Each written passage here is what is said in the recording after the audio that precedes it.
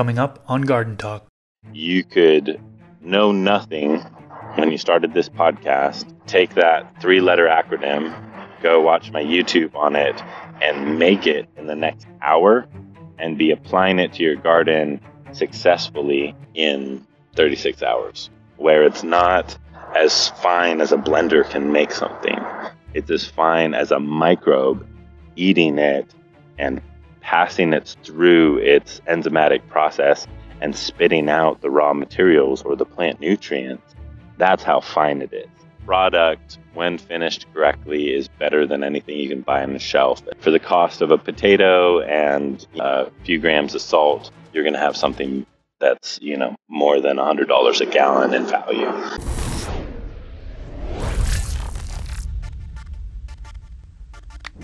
What's up, everybody? If you that don't know me, my name is Chris, aka Mr. Grow It, and you're tuned into the Garden Talk podcast. This is episode number 67.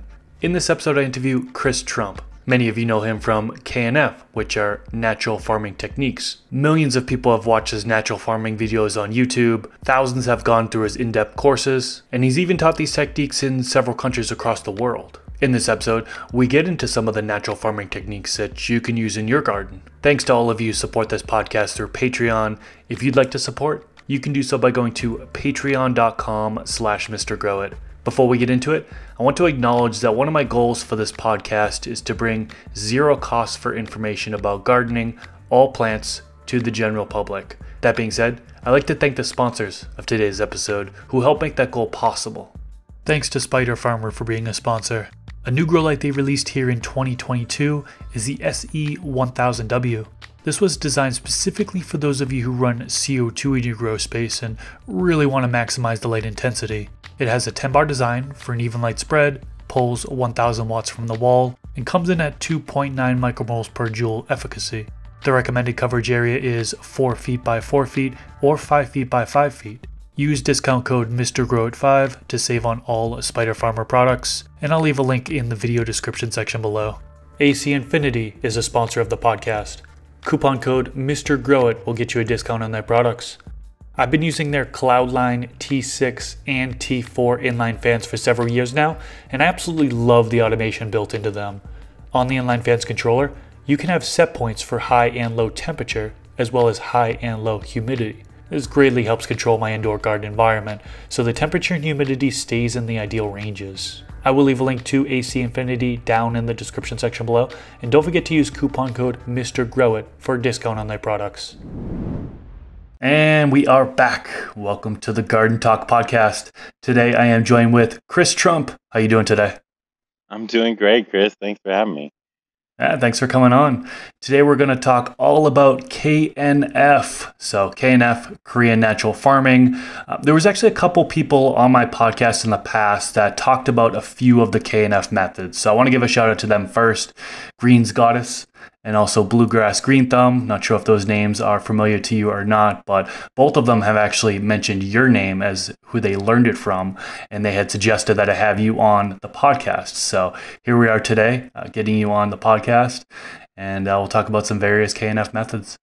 Yeah, I saw Green's Goddess in Denver last week, I think. There was a little meetup, and they're good people. Nice. Well, before we get too deep into the KNF methods, let's do an introduction. Can you tell us a little bit about yourself and kind of how you got into gardening? Yeah. I was born on the Big Island of Hawaii, and I was born on a farm. We were doing some livestock as a kid, and my dad, when I was pretty young, got into macadamia nuts, and then after college. And some work, I decided to go back to farming and helped my family farm transition to organic. I learned natural farming in the process as we needed a tool that made more sense than traditional organic. But yeah, I managed our 750-acre macadamia nut farm with my dad for about 8 years, and then have been involved since the last 6 years. My brothers now manage it, and they're doing a great job. But I've since then have been, I managed a 3-acre farm in Idaho for a while and have popped all around in different places in the world and in the country, working with farmers and kind of teaching how to tend to the microbial life of the soil and partner with nature. So I'm pretty deep down that rabbit hole. Somewhere along the line, I think in managing our farm and having to sort out the details of what we were doing in our process, I think I probably got a couple degrees in microbiology, just continuing to learn. And so I've had the opportunity to advise a doctorate thesis program in Korea, Konkuk University. I still work with them. I was asked to be on the research and development board for the International Macadamia Society because of the work on our farm. So I spoke in China a few times over the last few years, up until 2020, to rooms full of scientists.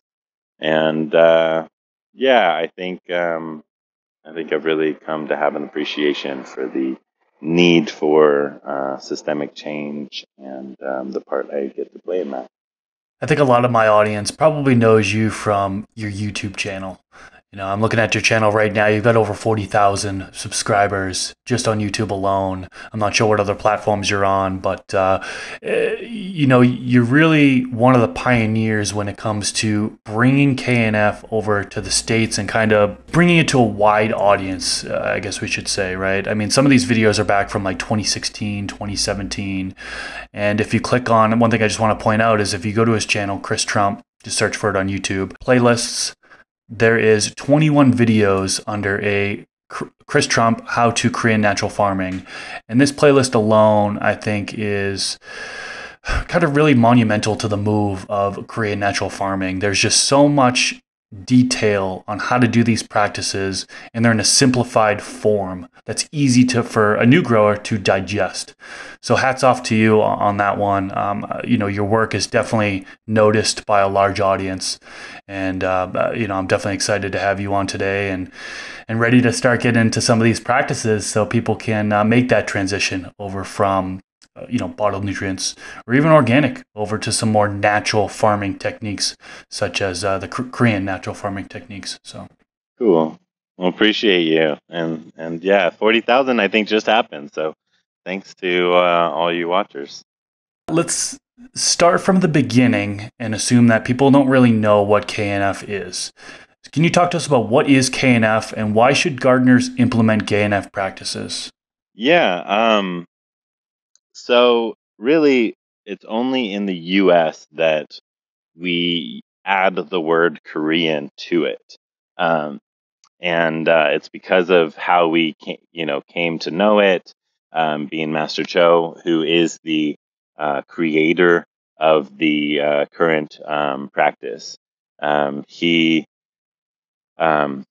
His full name is Cho Han Kyu, and Cho being the last name, Han Kyu being his first name, and he's Korean man, lives in outside of Seoul now with his son, who is Cho Yun Sun, and who's the creator of Jadam technology. Just kind of little background. This family has done a lot to kind of open source share, and so Master Cho, master kind of like sensei in if we were in a martial arts class, master's teacher, and it's a title kind of like doctor, and their work and then the freedom to kind of share open source is really, I think, culturally the gift in natural farming, and something that I feel like is an important thing to continue and to pass on, and something I teach when I teach classes. Like, look how you've received this. There's no secret sauce being hidden and held back. There's not some, you have to be, fifth level to learn the technology. It's like, here, it's open and freely shared, and nothing held back. And that's, I think, culturally something that is really important, because it's I think it's part of the change that's needed in the world, is that this isn't, sure, some people make a living, and there's things to sell and teach and whatever, but ultimately, once you have that knowledge, there's no copyright on it. There's not a uh, clause or anything, and I think that's um, a real honor to have learned that way and to be able to pass that on. So I guess just a little footnote or stopping there for a minute at that important detail that is in natural farming. It's practiced in, I think, over 70 countries that I know of. And some of that history is Master Cho traveling and teaching. He got some political persecution following the Korean War because there was such free sharing of agricultural knowledge. They marked him as a communist. And so there was a lot of pressure. And so he actually had to leave the country for a while under that pressure, and went to India and Thailand, and in those places it's just called natural farming, and so I often refer to it as natural farming, just because of that. I've gotten to travel a lot and experience those communities and those different cultures. The Japanese natural farming community is amazing. A lot of great kind of innovation, etc., and not a lot of it's in English, sadly. But natural farming is a elegant method to partner with nature to grow food. It's I don't think the only way. I think there's a lot of traditional farming technology that's incredible, and you can get to that same place.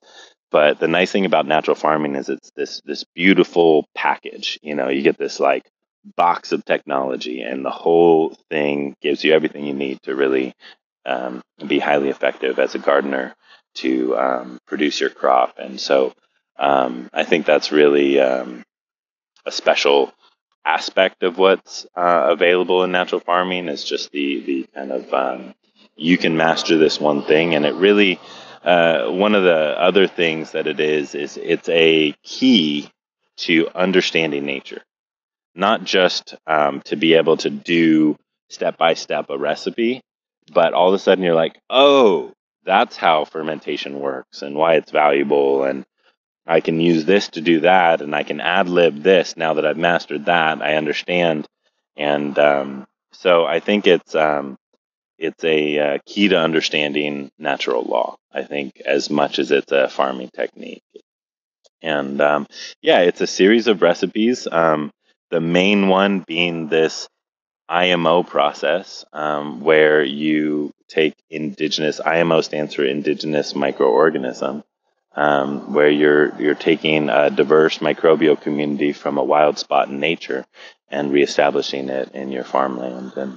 And that, plus some of these nutrients you can make in-house inexpensively, creates a wonderful tool for growing food or medicine. I think there's a lot of folks in my audience in particular that are bottled nutrient growers, right? So there's synthetic or mineral-based nutrients. I myself was a bottled grower, for 6 years. And then I transitioned over, I learned organic gardening, whether it be an organic blend or organic dry amendments. And now I'm kind of looking into the natural farming approach. So admittedly, I haven't yet started any natural farming methods. Been learning about it this year, and I'm going to actually start taking that leap. So as we continue to go on here, know that I'm a newbie when it comes to it, and a lot of my audience are newbies when it comes to it. But there are several benefits, right? I mean, getting off the bottles, you can certainly save some money going into the natural farming approach. You can save some time as well, right? You don't have to mix up nutrients each time you're ready to feed. You don't have to adjust the pH, monitor the ppm. And also it's a more sustainable approach to horticulture, right, compared to the bottles. I know one of the most common issues around the world right now is the over-fertilization and the runoff of nitrogen and phosphorus into our lakes and streams, causing toxic algae blooms. Natural farming doesn't contribute to that. right? Not at So all. there's tons of benefits out there for transitioning from either bottles or even organic over to a natural farming approach. So I just wanted to say that first before we kind of move on. One word that you mentioned that I think is going to throw people off a little bit is fermentation. So fermentation, we hear about fermentation, we know it's a anaerobic process. And generally speaking, a lot of folks know that anaerobic conditions can lead to bad pathogens and pests, particularly like in your growing medium, for example. However, we're not talking about anaerobic process within the medium, right? We're talking about it within other things such as FPJ, FFJ, your fermented plant juice, fermented fruit juice, et cetera, et cetera. Can you talk to us about like what is fermentation and how you use it in natural farming practices? Absolutely. Yeah. That's a great question. And, my journey growing up on the farm is much the same as yours. We were a conventional farm.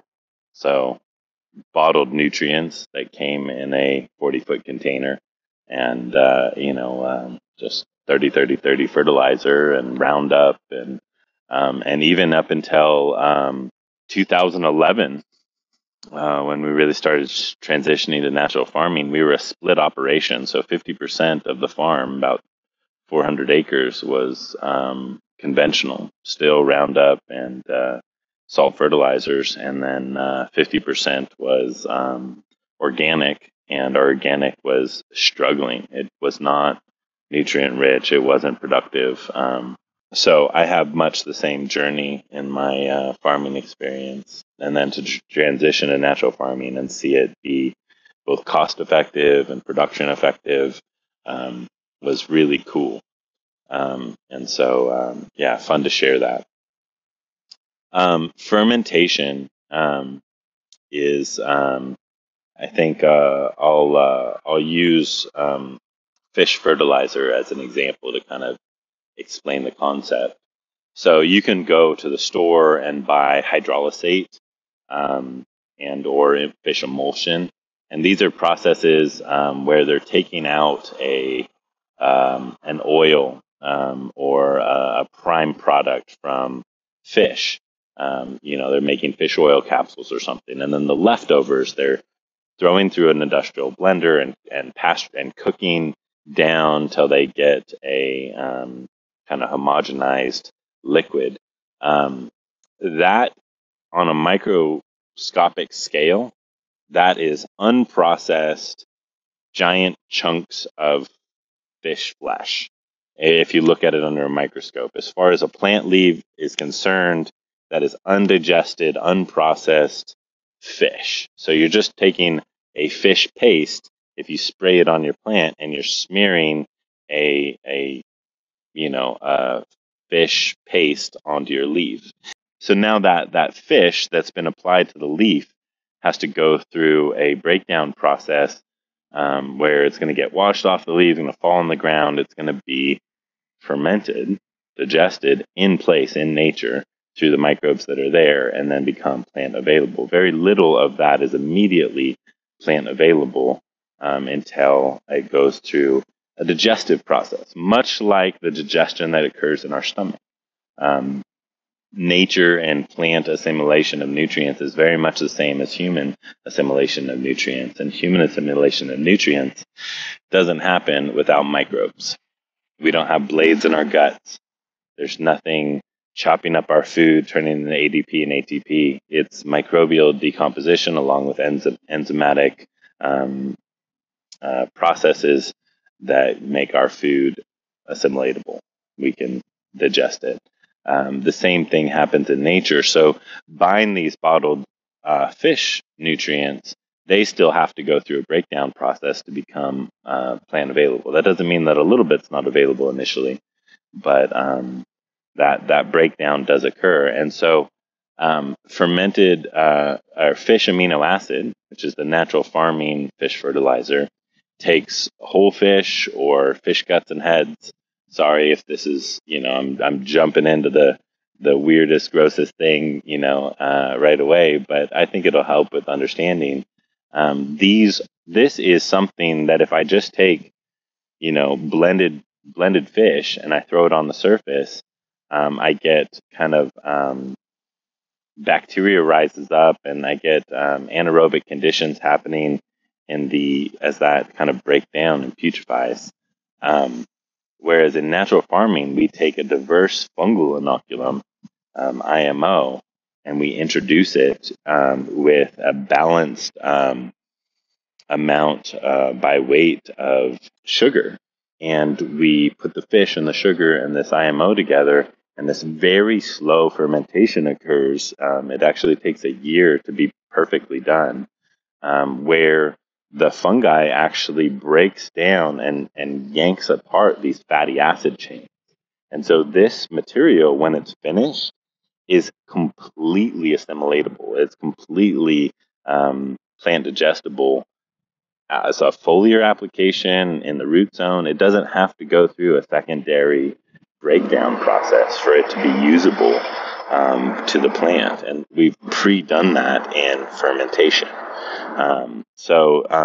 What occurs is something, and this is in FDJ and in these fermentation processes, something called micronization, where it's not as fine as a blender can make something.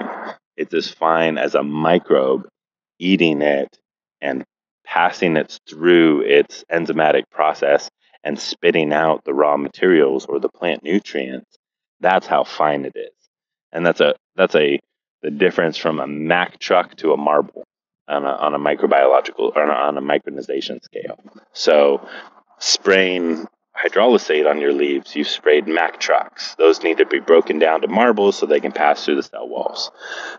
In FAA, we've already gone down through that micronization process, and so now it's the size of marbles, so to speak. Yeah, so I hope that kind of helps into why we mess around with fermentation. There's more to it, but that's maybe a crash course. Speaking to that aerobic versus anaerobic, aerobic is what we want in our root zone, absolutely, 100%. But the reality is that anaerobic processes happen in root zones all over the place. You have a pocket of nutrients in a forest, leaves fall. That initial layer, if a big windstorm comes, leaves pile up in a corner. A bunch of the center of that becomes anaerobic, and that's how those nutrients get processed down. That pre-processing then becomes ready food for the aerobic microbes then to go through and eat. And so it's really neat that it's a whole picture of nature and not just there's good guys and bad guys. And everybody's coming to understand that. That makes sense. So for the new folks, what natural farming practice do you suggest that gardeners start with first? There's a best, and I would say in general, begin to learn and master the process of making IMO4.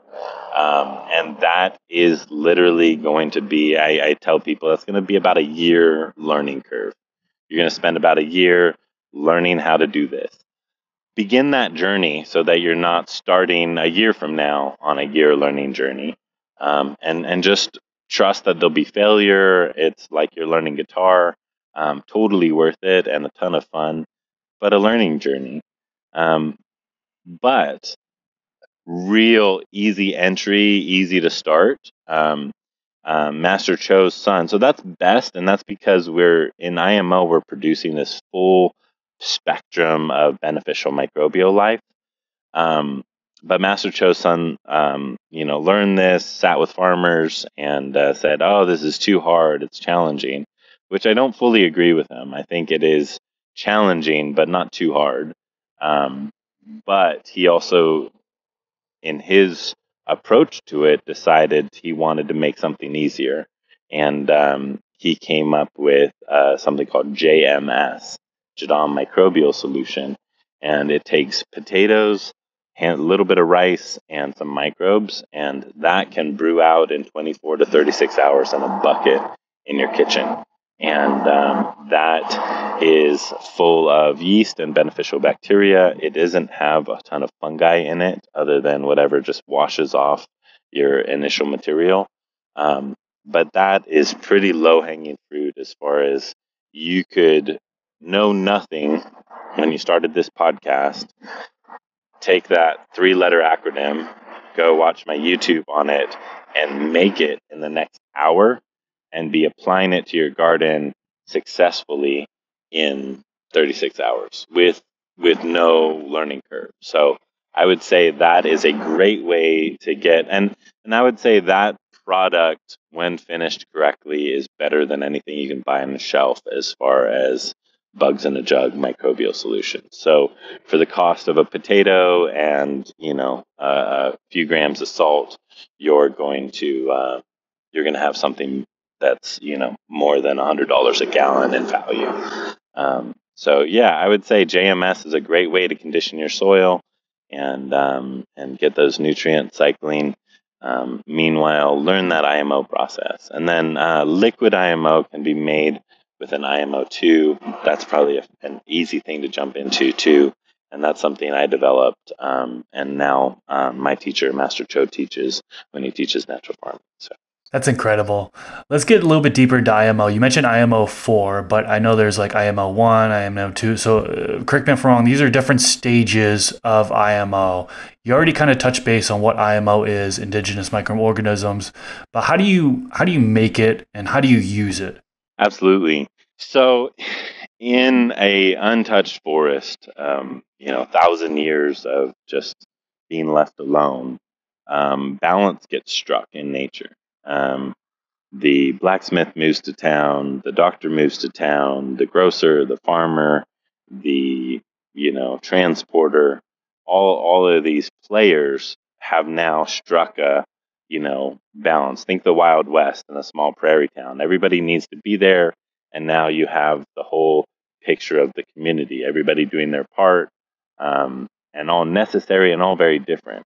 In nature, in an untouched area, in an area that's healthy and diverse, those things, those balances have happened. And what we can do as farmers cultivating life is we can go to these areas and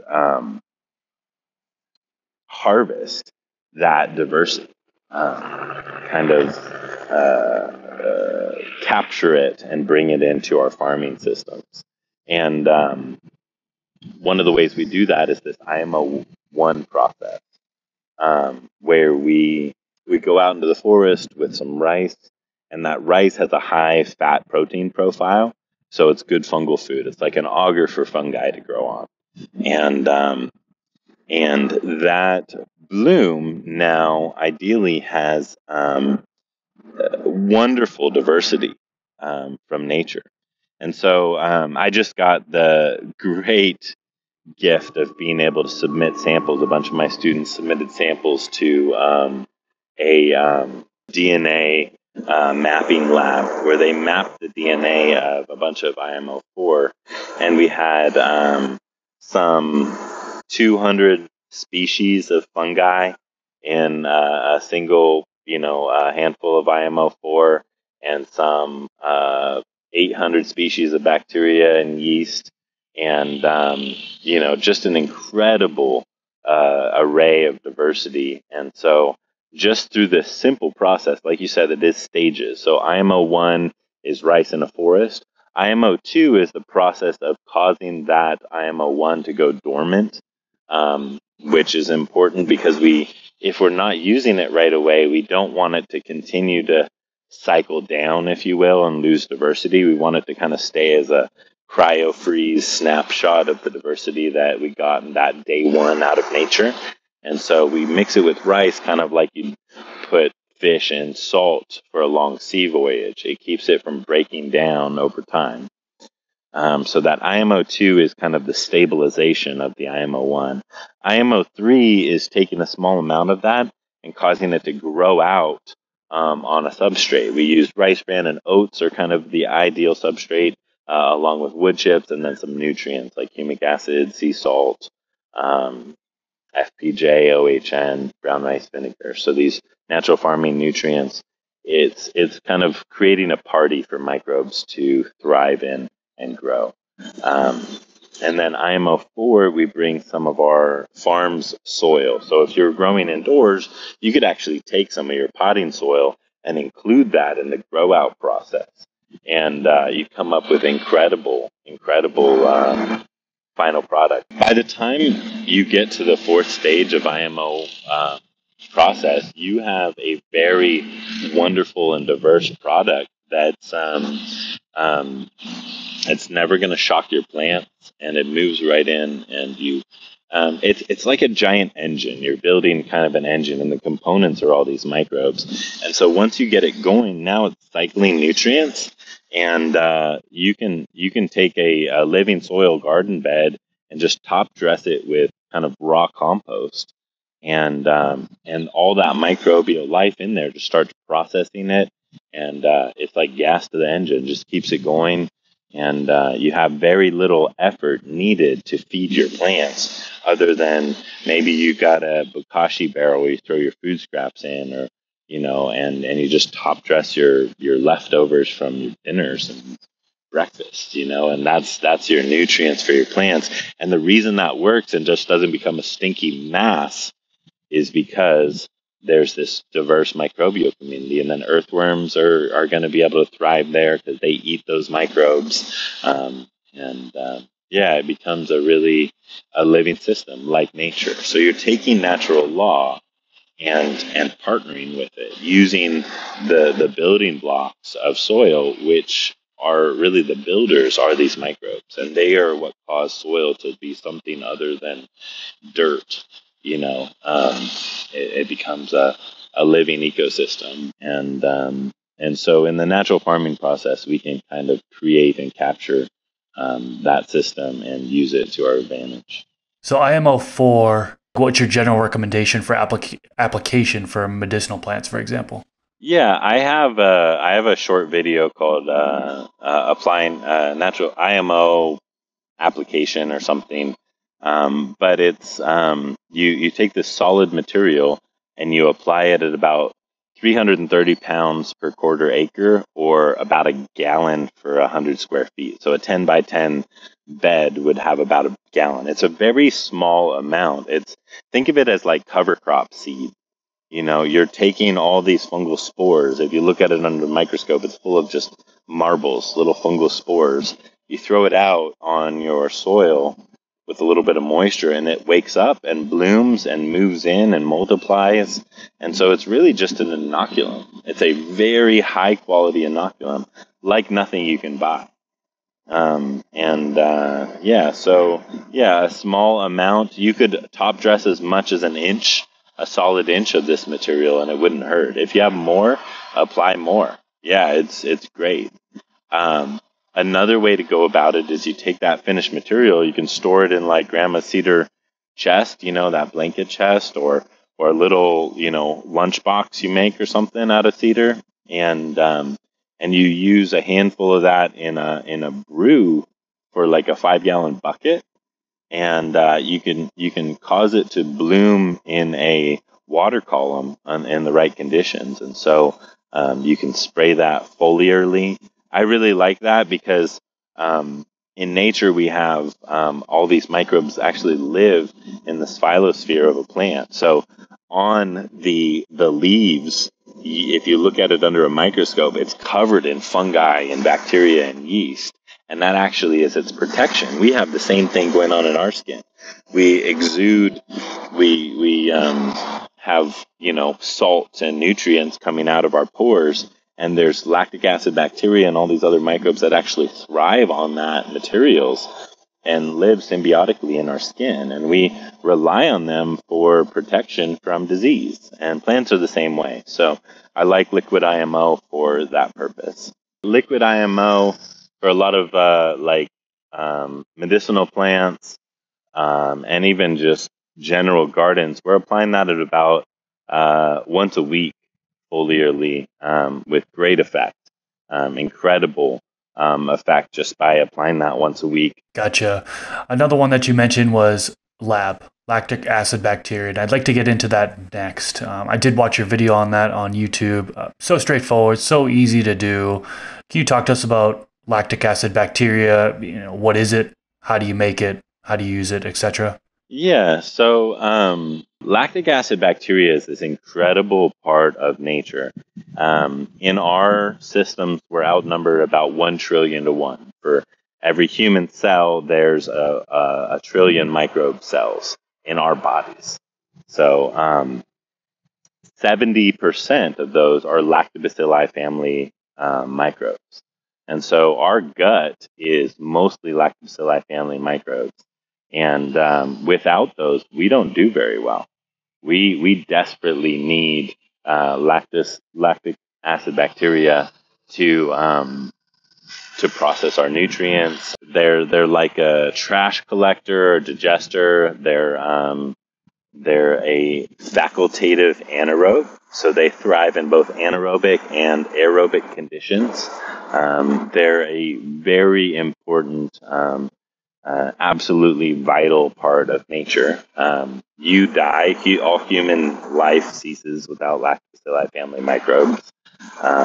We have names for the medical conditions when you get that diversity knocked out in your gut. And it's interesting, we have a medical process called FMT, fecal microbiota transplant, where if somebody's gut biome gets knocked out through, extenuating circumstances or antibiotics or something like that, we actually take the healthy gut biome of a healthy person, freeze dry it, put it in capsules, and give it as a digestible pill or suppository to the unhealthy person, reestablishes diversity, and now they can digest their food again. In China, I met the guy who came up with FMT, and he was tickled pink because I actually incorporated it in my speech to my peers in macadamia nuts, and so room full of 500 people, and he's just like, I can't believe you brought it into agriculture. I love that. But lactic acid bacteria is good for human health and plant health, and it can be, a lot of people, really kind of things I heard on the internet, they take LAB, and it's like the one thing they take away from the natural farming process. And I would say that's kind of like taking 5% of the story and running with it, but that's okay. Some people have great success and they report all kinds of wonderful things just by using that. But it is a small part of it. In IMO production, so in the whole IMO4 process, you have all the LAB you'll ever need. It's abundant. So if you're making liquid IMO, chock full of LAB. And so you don't really need to do the LAB kind of process. But what I use LAB for, even though I'm farming with IMO, is I make it and I have it in the fridge and I consume it regularly. For people with GI, gastrointestinal issues, it's massively helpful. For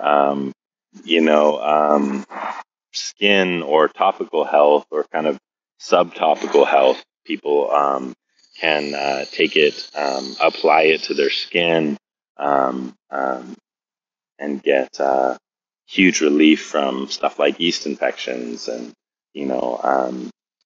Dr. Hoon Park, who's a peer of mine and a good friend and somebody that really helped bring natural farming to the U.S., has Crohn's disease, and he's been asymptomatic for over 10 years because he takes an ounce of LAB in his water with every meal.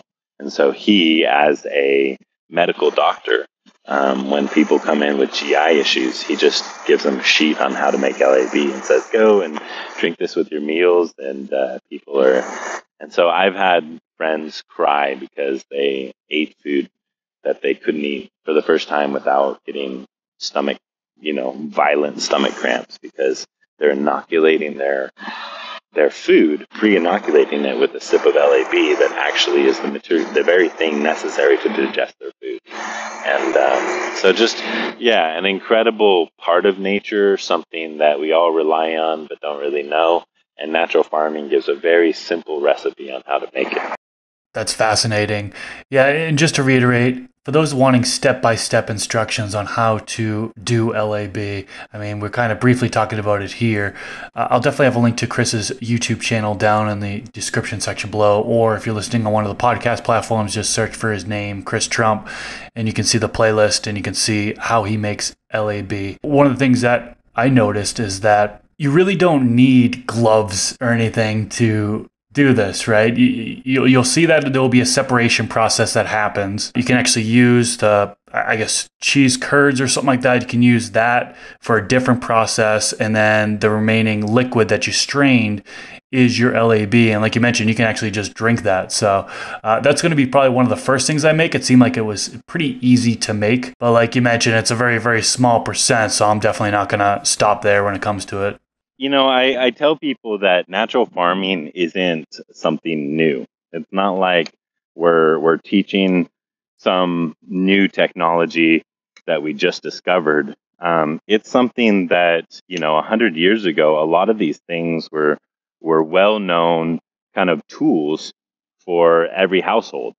How to make cheese, for example, and consume it. It was something that was a basic food preservation if you had milk because you didn't have refrigeration. So a lot of this is things that when we had this kind of influx of chemical agriculture, we just said, oh, grandpa's knowledge, 2,000 years of agricultural tradition, we don't need that anymore. We have 30-30-30 fertilizer. And so what a lot of natural farming is, it's new in that it's the package is this elegant thing. And Master Cho, if you hear stories, some things came to him in dreams, and there are bits and pieces that are definitely new. But the general concept of kind of using natural law to grow food, but also to consume food, it's things we used to know and have forgotten. And so just coming back to working with life, I think it's important. Let's get into FPJ and FFJ, so fermented plant juice and fermented fruit juice. Now, Green's Goddess was one of the ones that had talked about this on a previous podcast, and she broke it down in a simple sense to where you can use like FPJ for the veg stage and FFJ for the flower stage, or vice versa. I can't remember which one was which, but those seem to be very important aspects of natural farming. Can you talk to us about what FPJ and FFJ are, how to make them and kind of how to apply them in your garden? Sure. Yeah. And because I think a lot of online Joe and Jim and Susie and John talking about natural farming, FPJ gets this kind of high platform because it's so easy to make and because it is a plant food or plant nutrient. It's kind of gotten a little bit more play in the online space than we give it in natural farming technology. So I do want to kind of nod towards that FPJ, OHN, all this plant nutrient processes where you're spraying on nutrients, they are the 20% of natural farming, the 80% being IMO, and the microbes that you would get in the soil. So this JMS technology talking about. So just kind of a quick nod to that. FFJ, fermented fruit juice, is the getting wild fruit. So I think to talk about in this space, FPJ and FFJ, I think I need to talk about the things that I heard on the internet, the misnomers real quick, because there's so much of it. And I have a friend that learned FPJ, and she applied the FPJ as a plant nutrient to her house plant, just dumped it on the soil, and just on the edge of killing her house plant initially. And quickly. She made an aloe FPJ and applied it straight to the roots at a very low dilution rate, kind of a lot of it, and got spotting on the leaves and disease, and the plant hasn't recovered 2-3 months later. A lot of people are saying, oh, I can make this plant nutrient, and then they're just running with that as like, oh, I have the answer to growing without bottled nutrients. I'm just going to dump a bunch of FPJ on things. Sorry, I'm getting into this, but it's so common. I get these like, oh, I did this, it didn't work for me. It's like, who told you to do that? Oh, well, this website, and so FFJ is a very narrow kind of use where you can apply it in flowering, but kind of towards the end or not abundantly. You can still use FPJ in that flowering stage. What FPJ is think of it as a very high end boutique liquid compost. So you have this basically liquid nutrient that you're able to make. It's like making compost. The breakdown of compost, you get those raw materials, and you can put them on plants, and plants love it. FPJ is like this, like caviar of compost in liquid form. But one of the things, and so what it is it's going out and finding a weed or a plant that's green all the time. The bugs leave it alone. It grows really quickly. It grows. It's robust or grows vigorously. It's full of beneficial biochemicals that cause it to be so strong. It's also, for whatever reason, has figured out how to take nutrients from the soil very effectively so that it's not struggling to be nutrient dense. It thrives in your area. It's going to be different in Hawaii than it is in Michigan or in Colorado or Idaho. Each place is going to have its own plant, and what you need to do to really make FPJ is go out and change your vision. Everybody's got these blinders on, these glasses that cause you not to see the weeds that you've seen your entire life and just come to ignore. You look at, the pretty flowers, and you don't see maybe if you're in California by the coast, it's ice plant. You don't see the ice plant or the ivy or the lamb's quarter or the amaranth or all these things that are weeds, and we're annoyed when they show up in our yard, dandelions. But really, that stuff is so vigorous, so strong, and if we harvest it and make plant food out of it, we actually get the benefit of its abundant strength as a plant nutrient, and it's nearly free. Just a little bit of sugar. So free weeds and a little bit of sugar becomes one of the best nutrients you can buy or apply to your plant. And the process is pretty easy to do.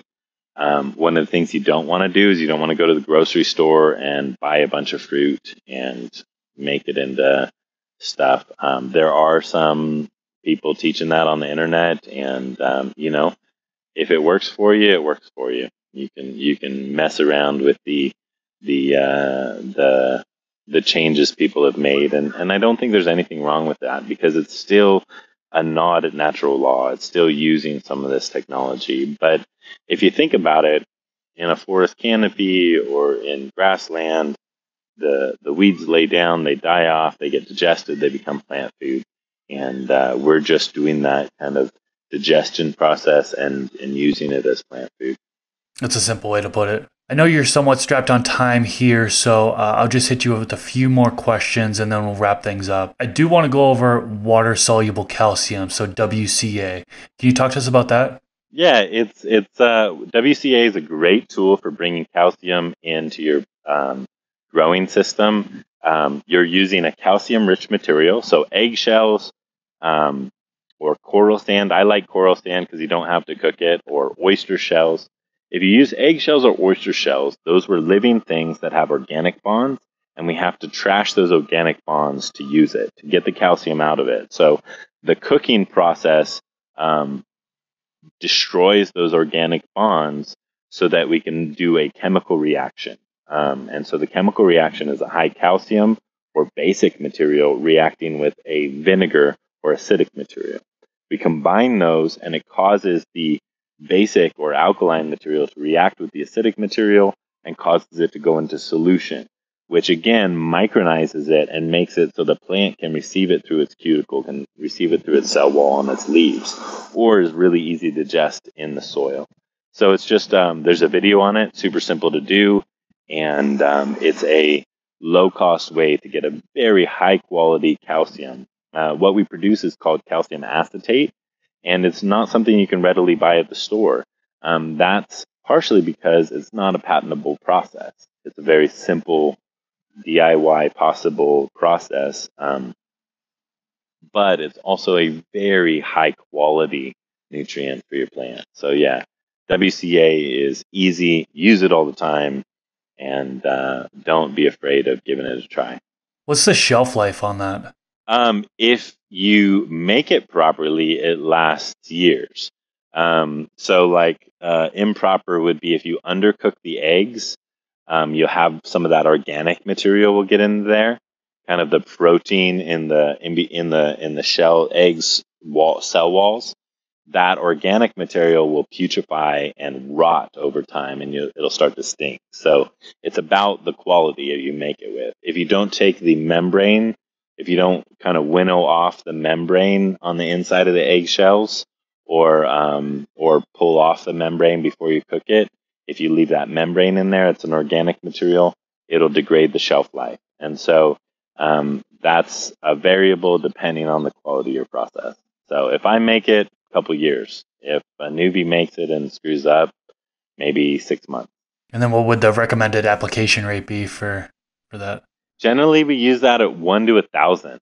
So much of these natural farming nutrients are used at almost homeopathic amounts, and it seems like it's too little. Like more is more, and people start applying extra. It's not that way in natural farming. Do it the way it's talked about. So like we were going to talk, I don't know if we have time, but we were going to talk about maintenance solution. And maintenance solution, like if you're going to do one thing applied to your plants, do maintenance solution. On my website, I should have in the next month or so, I should have my OHN and available again. I have it there because it takes 3 months to make, and people, hear about natural farming. They want to get started right away. So I make that available so they don't have that 3-month wait time. Also going to have FAA, which takes about a year to make. And I haven't offered that in the past. But again, these things that are kind of barriers to entry is part of the reason for offering those on my website. But the maintenance solution is FPJ, Oriental Herbal Nutrient, which is like a prebiotic. It's kind of plant health, and then brown rice vinegar. And that small amount of nutrients applied weekly can be all you need as far as a foliar nutrient. If you're applying like a liquid IMO or a solid IMO and feeding it with some bokashi or compost or food scraps, and then applying maintenance solution, that can be your entire growing protocol right there.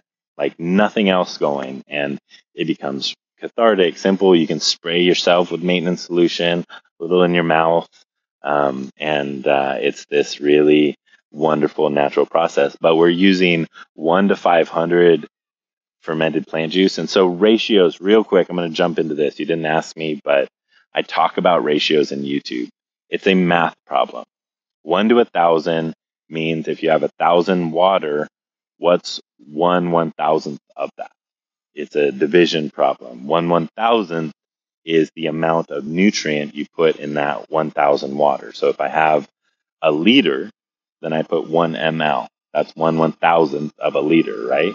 So if I'm spraying out a liter in my little liter spray bottle on my 2 plants or my little, garden box, then I need 1 ml of OHN. 1 to 500 would be 2 mLs of FPJ, and then 1 to 500 vinegar would be 2 mLs of vinegar into my 1 liter spray bottle. And it's so little. You're like, how can this 20 drops of this thing do anything but watch the plants react? the plants get shiny and green up, and yeah. Sounds like it's a very easy process once you just learn the basics and put it into practice yourself. So what advice do you have for those growers transitioning to KNF? Enjoy the process. The learning journey is and can be so fun.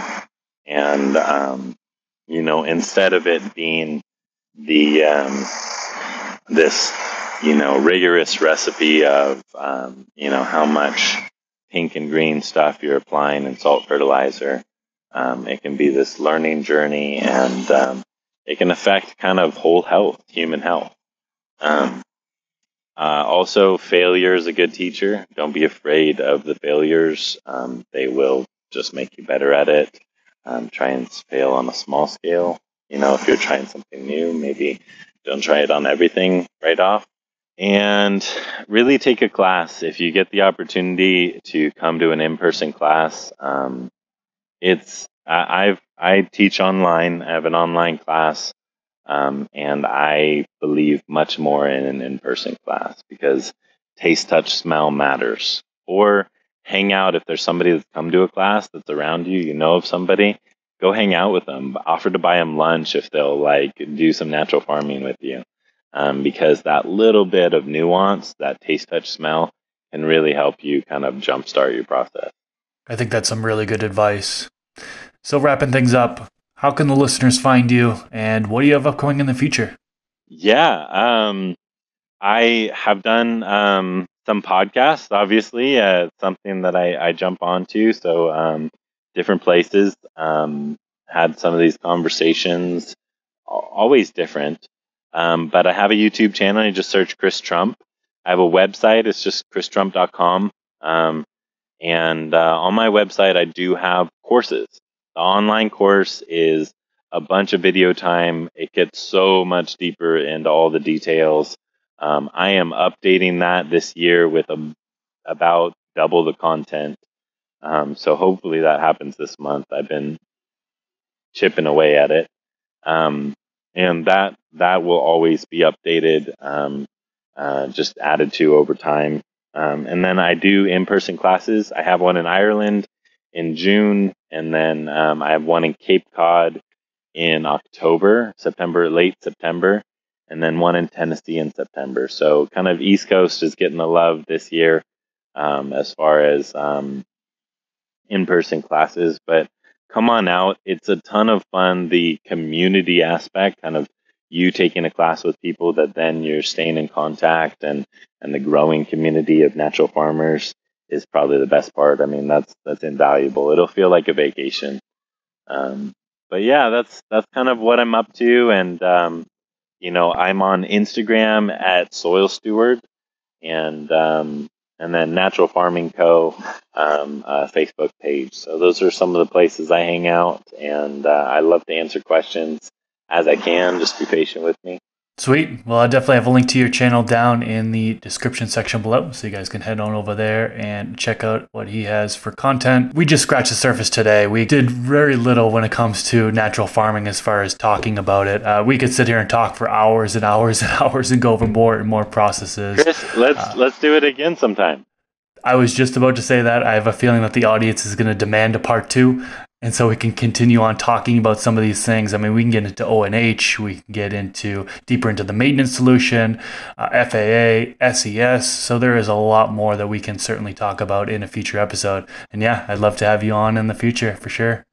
Yeah, and maybe we get some questions from your audience from this one, and we can answer some of those. Absolutely. So be sure to leave any questions you have down in the comments section below. And we'll leave it at that. Chris, thank you so much for coming on to the podcast today. This was a pleasure, and hope you enjoy the rest of your day. Thanks, man. Yeah, it was a pleasure, and good talking with all you guys. Peace out, everyone.